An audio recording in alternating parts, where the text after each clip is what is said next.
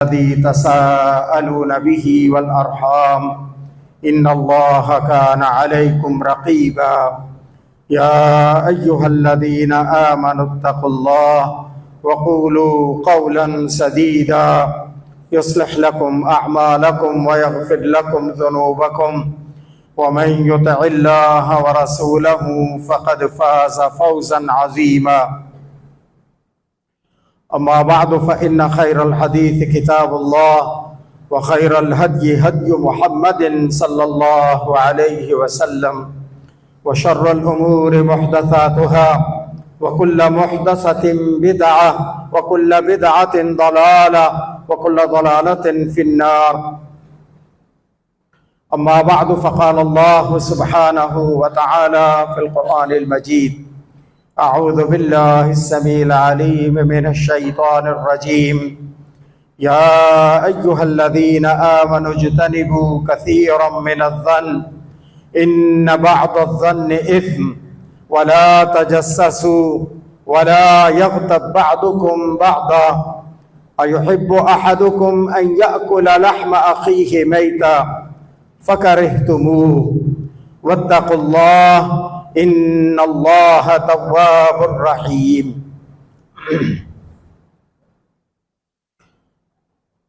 محترم بھائیو، اللہ سبحانہ و تعالی نے امت محمد صلی اللہ علیہ وسلم کو وہ مقام اور وہ مشن عطا کیا ہے کہ دنیا میں اصلاح کا کام، دنیا میں اسلام کے غلبے کا کام، دنیا میں حق کی گواہی دینے کا کام، دنیا میں ایک مثالی اور ایک قابل اتباع قوم اور معاشرہ امت محمد کا ہے.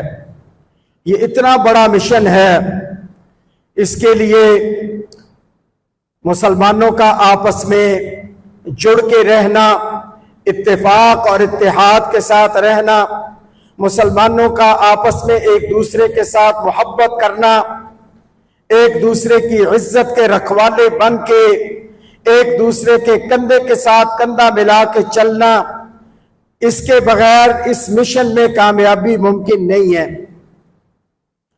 اللہ نے جہاں مشن ایک بہت بڑا امت محمد کے سپرد کیا، وہیں اللہ سبحانہ و تعالی نے اس امت کے افراد کے آپس کے تعلقات کو بہتر کرنے کے لیے ہدایات بھی دی، اور وہ سارے کام حرام قرار دے دیے جس سے مسلمانوں کے آپس کے تعلقات، آپس کی محبتیں، آپس کا اتفاق اور اتحاد خراب اور ختم ہوتا ہو.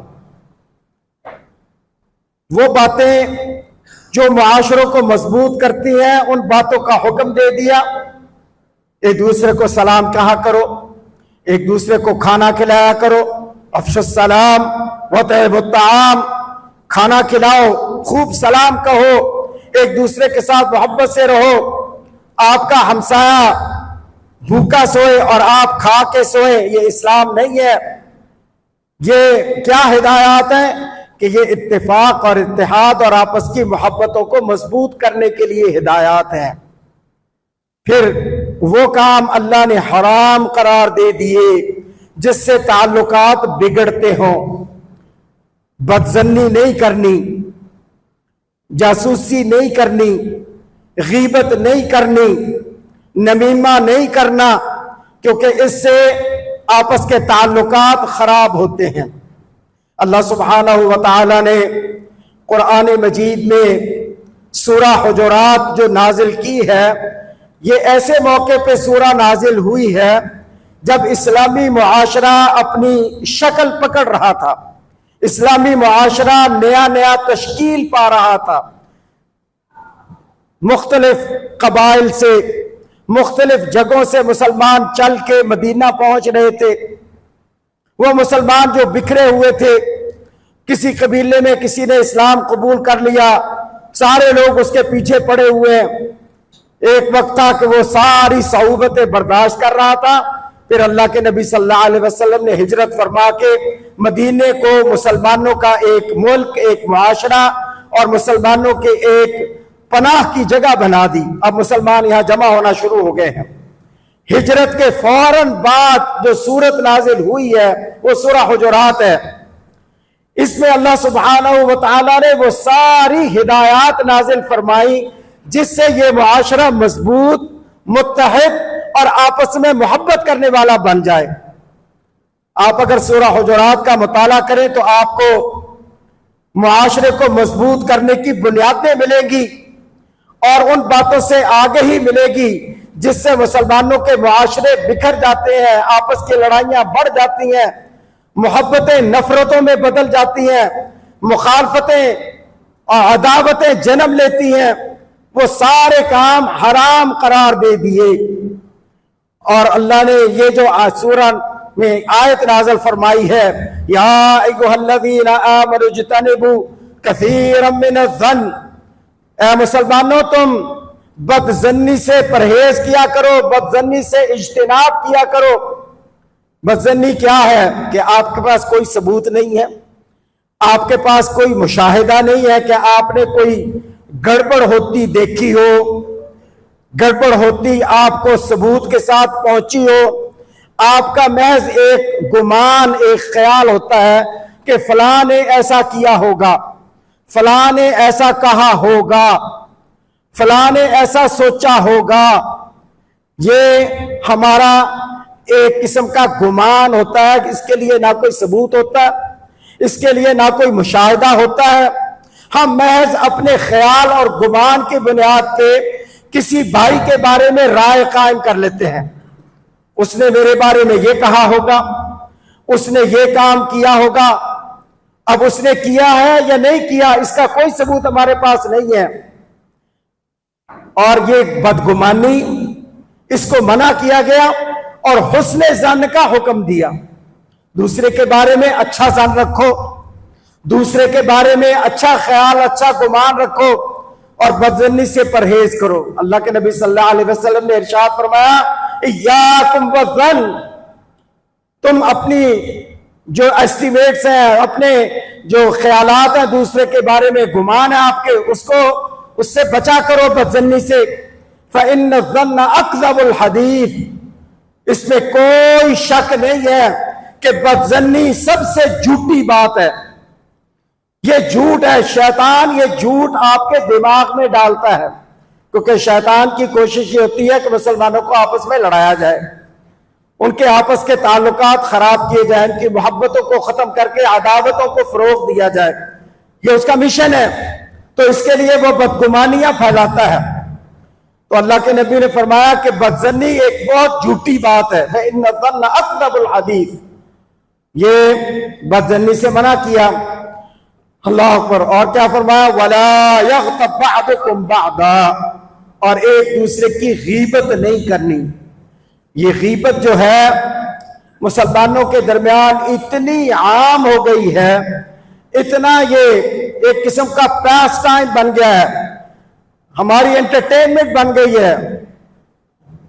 ڈرائنگ روم میں بیٹھے ہیں، مجلسوں میں بیٹھے ہیں، مسجدوں میں بیٹھے ہیں، دفتروں میں بیٹھے ہیں، فارغ وقت ہے، کوئی کام نہیں ہو رہا، یہ فارغ وقت غیبتوں کے لیے استعمال ہوتا ہے۔ مجلس میں کسی کو ڈسکس کر رہے ہیں، کبھی کسی کو ڈسکس کر رہے ہیں، اس کے بارے میں نیگیٹو باتیں کر رہے ہیں۔ یہ نیگیٹو بات اگرچہ حقیقت پہ مبنی ہو، یہ غیبت ہے۔ اللہ کے نبی صلی اللہ علیہ وسلم نے غیبت کو کیسے ڈیفائن کیا ہے، اس کو سمجھنے کی ضرورت ہے، کیونکہ اکثر لوگ کہتے ہیں کہ میں غیبت نہیں کر رہا، میں تو سچ بتا رہا ہوں، میں کوئی غیبت نہیں کر رہا، میں تو وہ بات بتا رہا ہوں جو سچی بات ہے، واقعتاً اس میں اس بندے میں یہ خرابی ہے، اس بندے میں یہ غلطی ہے، تو میں سچی بات بتا رہا ہوں۔ آئیے اللہ کے نبی صلی اللہ علیہ وسلم سے سمجھیں کہ غیبت کیا ہے۔ اللہ کے نبی صلی اللہ علیہ وسلم نے صحابہ سے پوچھا، اتدرون ما الغیبہ، میرے صحابہ، میرے ساتھیوں، آپ کو معلوم بھی ہے کہ غیبت کیا ہے؟ صحابہ نے کہا، اللہ ورسولہ اعلم، اللہ اور اس کا رسول غیبت کی ڈیفینیشن کو زیادہ بہتر جانتے ہیں۔ تو اللہ کے نبی نے پھر غیبت کو ڈیفائن کیا، ذکرک اخاک بما یکرہ، آپ کا بھائی وہاں موجود نہیں ہے، اس کی عدم موجودگی میں اس کے پیٹھ پیچھے آپ اس کا ایسا ذکر کریں، اس کے بارے میں ایسی بات کریں بما یکرہ ہو، جس کو وہ ناپسند کرتا ہے۔ اگر اس کی موجودگی میں وہ بات کی جاتی تو اس بات کو وہ پسند نہ کرتا، اس کو وہ برا جانتا۔ اب وہ بات آپ وہاں کر رہے ہیں جہاں وہ موجود نہیں ہے، اور بات وہ ہو رہی ہے جو اس کی انتہائی ناپسندیدہ بات ہے۔ تو صحابہ نے کہا قیل ارأیت ان کان فیہ ما اقول، اے اللہ کے نبی اگر میں وہ بات کہوں جو واقعتاً اس میں ہے، واقعتاً اس کے اندر وہ خامی، وہ خرابی، وہ غلطی موجود ہے، میں وہ بات کروں جو واقعتاً ہے، تو اللہ کے نبی فرمایا ان کان فیہ ما تقول فقد اغتبت، اگر اس میں واقعتاً ہے برائی، وہ خامی، اور اس کا آپ ذکر کر رہے ہیں تو وہی غیبت ہے۔ فَإِن لَمْ يَكُنْ فِيهِ فَقَدْ بَهَتَّ، اگر اس کے اندر وہ خامی، وہ خرابی نہ ہو اور پھر تو اس کا ذکر کرے تو یہ بہتان ہے، یہ الزام تراشی ہے۔ تو اس کا معنی یہ ہوا کہ غیبت حق پہ مبنی ہوتی ہے، واقعتاً وہ خرابی اس بھائی کے اندر موجود ہے جس کا آپ ذکر کر رہے ہیں، وہی تو غیبت ہے۔ اگر وہ سچ بات نہ ہوتی تو وہ بہتان ہوتا، جو کہ ایک الگ جرم ہے، ایک الگ گناہ ہے۔ تو اللہ کے نبی صلی اللہ علیہ وسلم نے غیبت کو ڈیفائن فرما دیا، بتا دیا۔ اب یہ ان لوگوں کو جواب ہے جو کہتے ہیں کہ میں غیبت نہیں کر رہا، میں تو سچی بات بتا رہا ہوں۔ سچی بات ہی تو غیبت ہے، اس کا ذکر آپ کر رہے ہیں جہاں پہ وہ موجود نہیں ہے۔ اگر آپ کے اندر جرت ہے تو اس کی موجودگی میں بات کرو، اس کے سامنے بات کرو، تاکہ وہ اپنا دفاع کر سکے، اپنی خامی کو بتا سکے کہ میں نے یہ کام کیوں کیا۔ ہو سکتا ہے اس کے پاس کوئی وجہ ہو، کوئی ریزن ہو، کوئی اس کی بنیاد ہو تاکہ وہ ڈیفینڈ کر سکے اپنے آپ کو۔ اگر کوئی بھی اس کے پاس وجہ اور ڈیفینڈ کرنے کے لیے کوئی بنیاد نہیں ہے، کم از کم آپ نے اس کو ڈیفینڈ کرنے کا حق تو دیا ہے۔ جب آپ اس کی عدم موجودگی میں اس کی خامیاں بیان کر رہے ہیں، اس کی برائیاں بیان کر رہے ہیں جہاں وہ اپنے آپ کو ڈیفینڈ نہیں کر سکتا، تو یہ بالکل ایسے ہی ہے کہ بھائی مرا ہوا ہے اور آپ اس کا گوشت نوچ رہے ہیں۔ اللہ نے غیبت کی مثال کیا دی ہے؟ اللہ اکبر۔ وَلَا يَغْتَبْ بَعْضُكُمْ بَعْضًا أَيُحِبُّ أَحَدُكُمْ أَن يَأْكُلَ لَحْمَ أَخِيهِ مَيْتًا فَكَرِهْتُمُوهُ، کیا تم میں سے کوئی یہ پسند کرتا ہے کہ آپ کا بھائی مرا ہوا ہو، وہ مر چکا ہو، اور آپ اس کو دفنانے کی بجائے آپ اس کا گوشت نوچنا شروع ہو جائیں، اس کے گوشت کو کھانا شروع ہو جائیں؟ کوئی آپ میں سے یہ بات پسند کرتا ہے؟ اللہ اکبر۔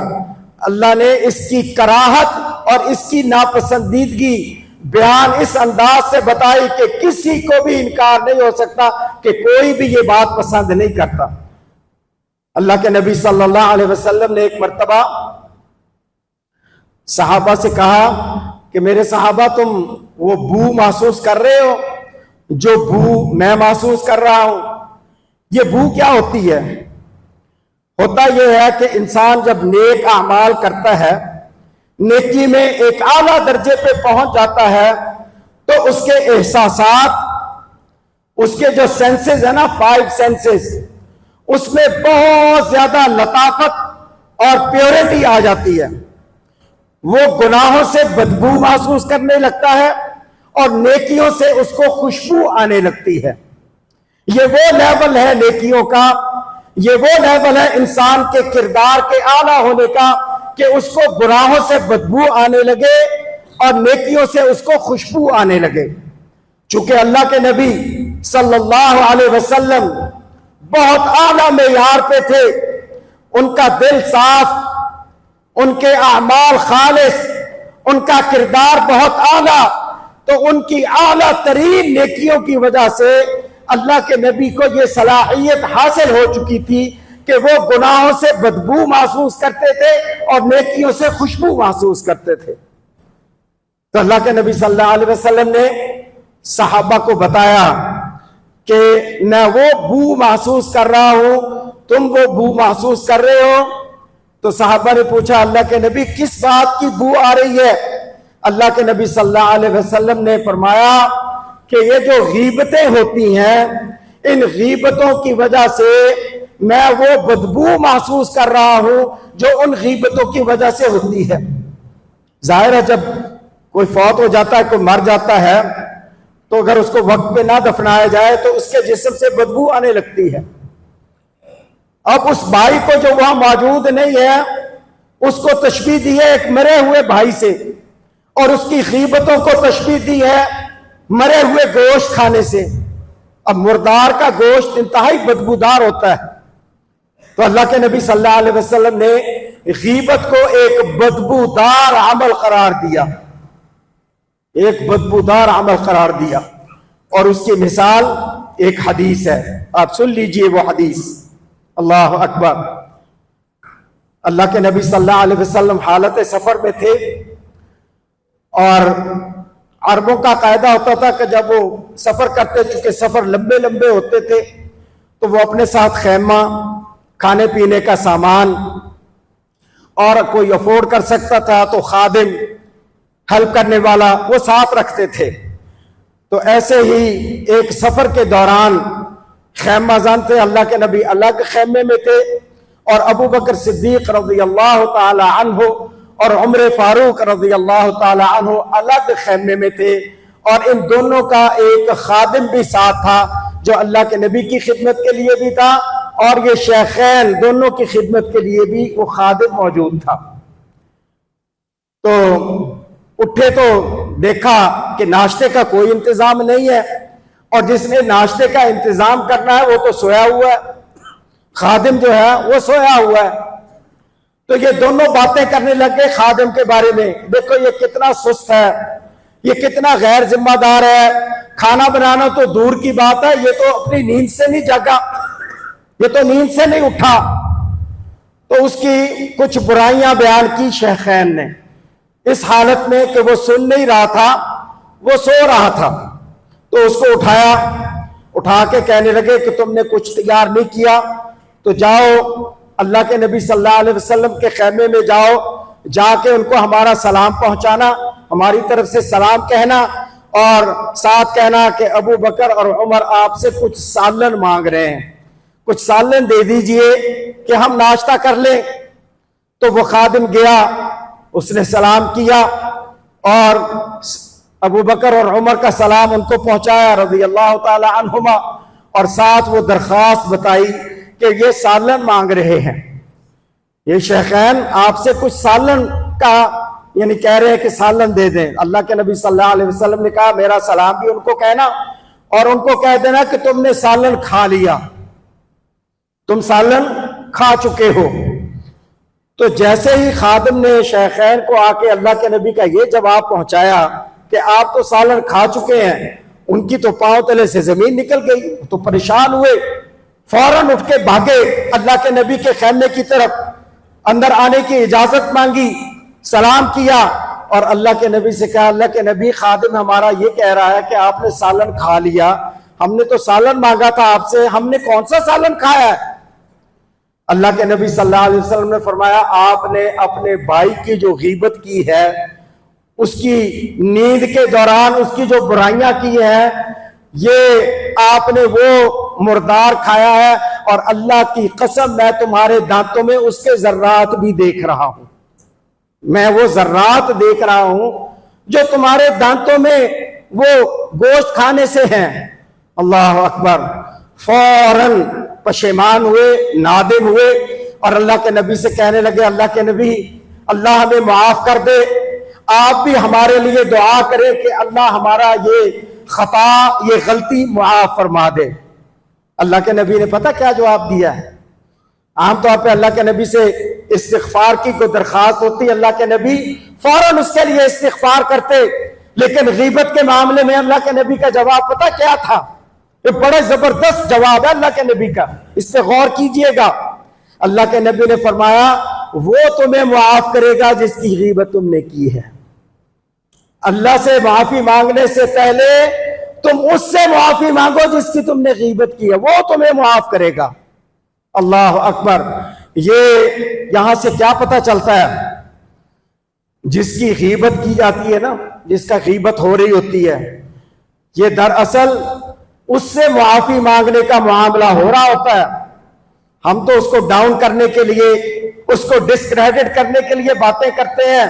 حقیقت یہ ہے کہ ہمارے اوپر گناہ چڑھ رہے ہوتے ہیں اور وہ گناہ کی معافی اللہ نہیں کرے گا, وہ بندہ کرے گا جس کی غیبت کی ہے. اس سے معافی مانگو پہلے, کیونکہ ہم نے زیادتی اس کے ساتھ کی ہے جس کی ہم نے غیبت کی ہے.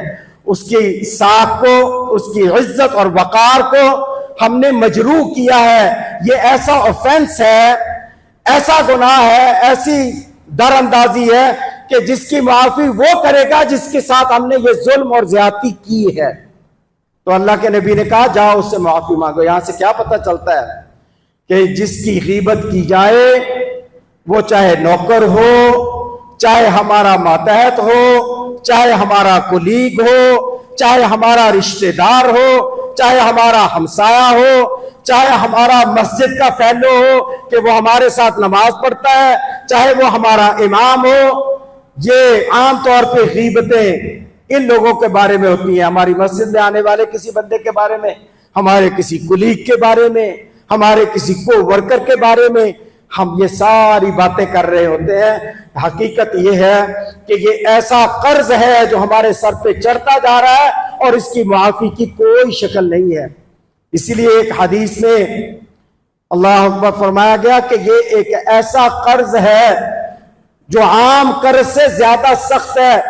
پیسے کا قرض ادا ہو جاتا ہے, پیسے کا قرض ادا ہو جاتا ہے, کیونکہ جس کا قرض آپ نے لوٹانا ہے وہ بھی اس کا مطالبہ کر رہا ہوتا ہے, اور آپ بھی یہ خفت محسوس کرتے ہیں کہ میں پیسے لے کے واپس نہ کروں. لیکن غیبت ایک ایسا قرض ہے, اس کو تو معلوم بھی نہیں ہے کہ آپ اس کی غیبتیں کر رہے ہیں, وہ تو اس کی واپسی کا مطالبہ نہیں کر سکے گا. اور ہم لوگ اس کو سمجھتے ہیں کہ یہ معمول کی بات ہے, یہ روٹین کی بات ہے, اس میں خفت والی, پریشانی والی کیا بات ہے. تو یہ قرض ادا ہوتا ہی نہیں ہے اور چڑھتا چلا جاتا ہے, چڑھتا چلا جاتا ہے. اور یہ قرض پتہ کتنا خطرناک ہے. آئیے ایک اور حدیث سنتے ہیں, ایک اور حدیث اللہ کے نبی کی سنتے ہیں. اللہ کے نبی صلی اللہ علیہ وسلم نے فرمایا ربا کے کئی درجات ہیں, ربا کے سود خوری کے کئی لیول ہیں. یہ حدیث ہے, ربا کے کئی لیول ہیں, اور اس کا ادنا ترین لیول ربا کا یہ ہے کہ انسان اپنی ماں سے زنا کرے. یہ ادنا ترین لیول ہے سود خوری کا. اور اللہ کے نبی صلی اللہ علیہ وسلم نے فرمایا بدترین سود خوری دوسروں کی غیبت کرنا ہے. بدترین سود خوری, بدترین سود خوری غیبت کرنا ہے. اللہ اکبر. سود خوری بذات خود کتنا بڑا جرم ہے, کتنا بڑی گناہ کی بات ہے کہ اس کا ادنا ترین ماں کے ساتھ زنا کرنے کے برابر ہے. اور بدترین سود خوری کس کو بتایا؟ غیبت کرنے کو بتایا. یہاں سے پتہ چلتا ہے کہ یہ ایسا قرض ہے, ایسا قرض ہے جو بڑا ہی ہلاک کر دینے والا قرض ہے, کیونکہ اس کی ادائیگی دنیا میں تو کر نہیں سکیں گے آپ. یہ تو بہت کم لوگوں میں ضرورت ہوتی ہے. اتنی اخلاق کا یعنی پاسداری بہت کم لوگوں میں ہوتی ہے کہ بندے کو ندامت ہو کہ میں نے اس کی غیبت کی اور جا کے اس سے معافی مانگے کہ میں نے فلاں مجلس میں تیرے ساتھ غیبت کی تھی, اے میرے بھائی تو مجھے معاف کر دے, آئندہ میں تیرے بارے میں کوئی غلط بات نہیں کروں گا. یہ تو بہت کم لوگوں میں ہے. وہ قرض کے ساتھ ہم قبر میں چلے جاتے ہیں, اس قرض کے ساتھ ہم اللہ کے حضور پیش ہوں گے, تو وہاں جو قرض کی ادائیگی کرنا پڑے گی وہ بڑی مشکل ہوگی, وہ بہت ہی بھاری پڑے گا. تو محترم بھائیو, یہاں سے غیبت کی کراہت اور غیبت کے بارے میں جو بہت زیادہ شدت پائی جاتی ہے ہمارے دین میں, اس کا پتہ چلتا ہے, اس کا احساس کرنا چاہیے. اللہ اکبر. غیبت کرنا کیوں حرام ہے, کیوں حرام ہے, کیا بنیادیں ہیں؟ اللہ کے نبی صلی اللہ علیہ وسلم نے اس بات کا ارشاد فرمایا المسلم علی المسلم حق المسلم علی المسلم حرام، ایک مسلمان کا دوسرے مسلمان پہ اس کا مال مالہ و عرضہ، اس کی مال، اس کی جان اور اس کی عزت اور وقار، یہ اس پہ حملہ کرنا، اس پہ زیادتی کرنا، اس پہ ظلم کرنا، یہ اللہ نے حرام قرار دیا ہے۔ مسلمان کا خون، ایک مسلمان دوسرے مسلمان کا خون کرے یہ حرام ہے۔ ایک مسلمان دوسرے مسلمان کے وقار اور عزت پہ حملہ آور ہو یہ حرام ہے۔ ایک مسلمان دوسرے مسلمان کا مال ہڑپ کر جائے یہ حرام ہے۔ کسی کے پلاٹ پہ قبضہ کرنا، کسی کے گھر پہ قبضہ کر لینا، کسی سے ادھار لے کے واپس نہ کرنا، یہ سارا یہ مال کا ظلم ہے، جان کا ظلم ہے۔ اور پھر عزت اور وقار، جب انسان غیبت کرتا ہے تو یہ دراصل ایک مسلمان بھائی کی عزت اور وقار پہ حملہ ہو رہا ہوتا ہے۔ ہم حملہ آور ہوتے ہیں اس کی عزت اور وقار پہ، جبکہ عزت اور وقار پہ حملے کو اللہ نے حرام قرار دیا ہے۔ تو یہ غیبت اس لیے یہ کوئی چھوٹا موٹا گناہ نہیں ہے، یہ بہت بڑا گناہ ہے، یہ سود خوری کی بدترین شکل ہے۔ ہمارے کئی بھائی ماشاءاللہ تقوی کے اس لیول پہ ہوتے ہیں، وہ کہتے ہیں میں فلاں بھائی کے گھر میں کھانا نہیں کھاؤں گا کیونکہ اس کی کمائی سود سے ہے، وہ فلاں کام کرتا ہے، فلاں کاروبار کرتا ہے، فلاں قسم کی نوکری کرتا ہے اور یہ نوکری ساری سود خوری والی ہے، تو میں اس کے گھر میں کھانا نہیں کھاؤں گا، اس کی کھانے کی دعوت قبول نہیں کروں گا کیونکہ اس کی کمائی سود کی کمائی ہے۔ بہت اچھی بات ہے، ایسا ہی تقوی ہونا چاہیے، لیکن غیبت کی مجلسوں میں بڑے انجوائے کر رہا ہوتا ہے یہ بھائی بھی غیبتوں میں شریک بھی ہوتا ہے اور غیبتیں سن بھی رہا ہوتا ہے۔ یاد رکھیے جہاں غیبت کا کرنا حرام ہے وہاں غیبت کے اندر شمولیت بھی حرام ہے، غیبت کی بات پہ یقین کرنا بھی حرام ہے۔ اللہ نے قرآن میں فرمایا وَلَا تُطِعْ كُلَّ حَلَّافٍ مَّهِينٍ حَمَّازٍ مَّشَّاءٍ بِنَمِيمٍ، جو غیبتیں کرنے والے، نمیمہ کرنے والے، ان کی بات کو سنے، ان کی بات کو مانے، ان کی بات کی تصدیق کرے، ان کی ہاں میں ہاں ملائے، وہ سارے کے سارے اس گناہ میں شریک ہیں۔ اللہ اکبر۔ عمر بن عبد العزیز رحمت اللہ علیہ، ان کے پاس ایک شخص نے کسی دوسرے شخص کی برائی بیان کی، کوئی اہم شخصیت تھی، اس کے بارے میں عمر بن عبد العزیز کے کان بھرنے شروع کیے، وہ یہ کرتا ہے، وہ یہ کہتا ہے، اس کی ایکٹیویٹیز آج کل ایسی ہیں۔ ہم کرتے ہیں نا دوسرے کے بارے میں باتیں، کسی کے باس کو بنزن کرنے کے لیے اس کے کان میں باتیں ڈالتے ہیں، یہ فلاں جگہ پہ آپ کے بارے میں یہ کہہ رہا تھا، فلاں جگہ پہ اس کے کام ایسے تھے، وہ ایسا وہ ایسا وہ ایسا۔ تو عمر بن عبد العزیز کے ان کے کان بھرنے کی کسی نے کوشش کی کہ فلاں ایسا ہے، فلاں یہ کہتا ہے، فلاں یہ کہتا ہے، تو عمر عبد العزیز نے پتہ کیا جواب دیا؟ وہ کہنے لگے کہ اگر تو یہ بات جھوٹی کہہ رہا ہے، اللہ اکبر، تو وہ قرآن کی اس آیت کی زد میں تو آ رہا ہے جس میں اللہ نے فرمایا ان جاءکم فاسق بنبأ فتبینوا ان تصیبوا قوما بجہالہ، اگر کوئی تمہارے پاس ایسی خبر لے کے آئے جو بڑی حساس اور بڑی اہم ہو کسی بندے کے بارے میں یا حالات کے بارے میں، تو اس کی وضاحت طلب کر لیا کرو، اس کی تصدیق کر لیا کرو، اس کو انویسٹیگیٹ کر کے پھر اس پہ یقین کیا کرو، ورنہ وہ بات جھوٹی ہوگی اور وہ بندہ فاسق ٹھہرے گا۔ فاسق کس کو کہتے ہیں؟ جو فساد پھیلانے والا ہو، گناہ کو عام کرنے والا ہو۔ تو ان جاءکم فاسق بنبأ فتبینوا، آپ فاسق بننے کی زد میں آ رہے ہیں اگر آپ کی یہ بات غلط ہے، اور اگر آپ کی بات صحیح ہے تو آپ قرآن کی اس آیت کی زد میں آتے ہیں جہاں اللہ یہ فرماتا ہے وَلَا تُطِعْ كُلَّ حَلَّافٍ مَّهِينٍ حَمَّازٍ مَّشَّاءٍ بِنَمِيمٍ، جو بندہ دوسروں کی غیبتیں کرے، دوسروں کی برائیاں آپ کے سامنے بیان کرے، اس کی بات کو نہیں ماننا، اس کی بات کو بالکل اس کی ہاں میں ہاں نہیں ملانی، یہ کام نہ کرنا کہ اس کی بات کو مانا جائے۔ تو یہاں سے یہ پتہ چلتا ہے کہ جن لوگوں نے مخبر پالے ہوتے ہیں، غیبتیں اور نمیمے کرنے والے، اس کو ہم ٹپ دیتے ہیں، اس کو ہم گفٹ دیتے ہیں، اس کو یہ سمجھتے ہیں میرا یہ خاص بندہ ہے، سارے لوگوں کی خبریں مجھے لا کے دیتا ہے، بندوں کے بارے میں مجھے آگاہ کرتا ہے، ہم اس کو ٹپ بھی دیتے ہیں، اس کو انعام بھی دیتے ہیں، اس کو خاص اپنا بندہ سمجھتے ہیں۔ یہ حالت ہو گئی ہے کہ غیبتوں کا ہم باقاعدہ اجرت دیتے ہیں۔ ایسے مخبر پالے ہوئے ہیں دفتروں میں، محلوں میں، مسجدوں میں، کہ یہ مجھے سب کی خبریں لا کے دیتا ہے۔ اور اللہ کیا کہتا ہے؟ وَلَا تُطِعْ كُلَّ حَلَّافٍ مَّهِينٍ، غیبتیں کرنے والوں کی ہاں میں ہاں نہیں ملانا، غیبتیں کرنے والوں کے منہ کو بند کرنا ہے۔ اللہ کے نبی صلی اللہ علیہ وسلم کا ارشاد گرامی ہے کہ جس نے اپنے بھائی کی عدم موجودگی میں اس کا دفاع کیا، غیبتوں کرنے والے کے منہ کو بند کیا، اس کی بات کو روک دیا کہ یہی خاموش ہو جا، اگلی بات نہ کرنا، میں اپنے بھائی کے بارے میں برائیاں نہیں سننا چاہتا۔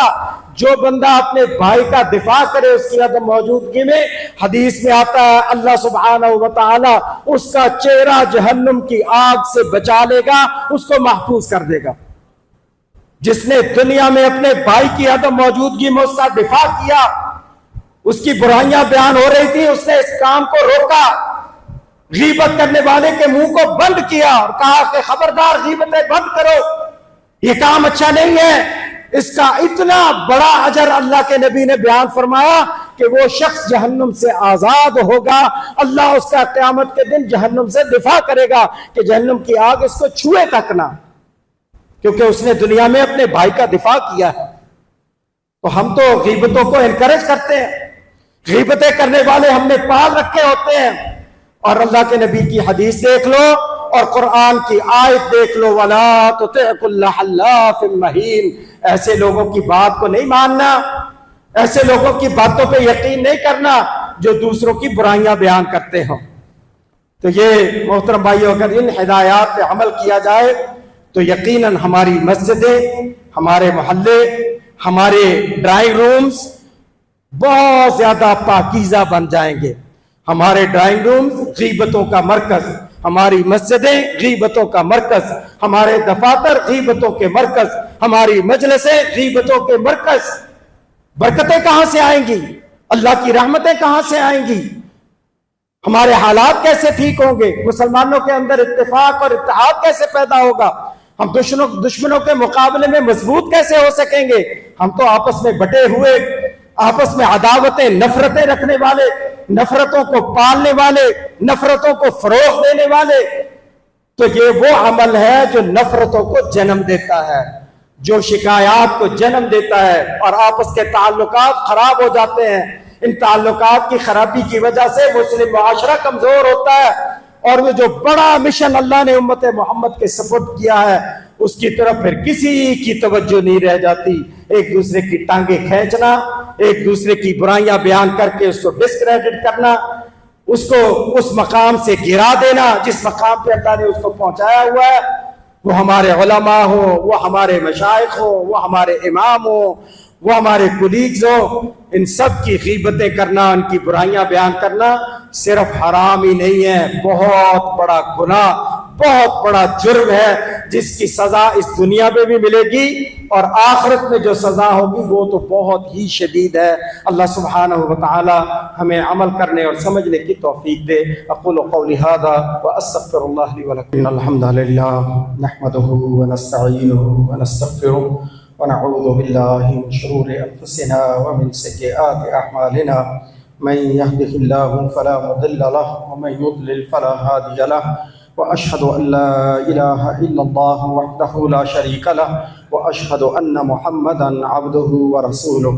ربنا ظلمنا أنفسنا وإن لم تغفر لنا وترحمنا لنكونن من الخاسرين، رب اغفر وارحم وأنت خير الراحمين۔ اللهم أحسن عاقبتنا في الأمور كلها وأجرنا من خزي الدنيا وعذاب الآخرة، اللهم رحمتك نرجو فلا تكلنا إلى أنفسنا طرفة عين، وأصلح لنا شأننا كله، لا إله إلا أنت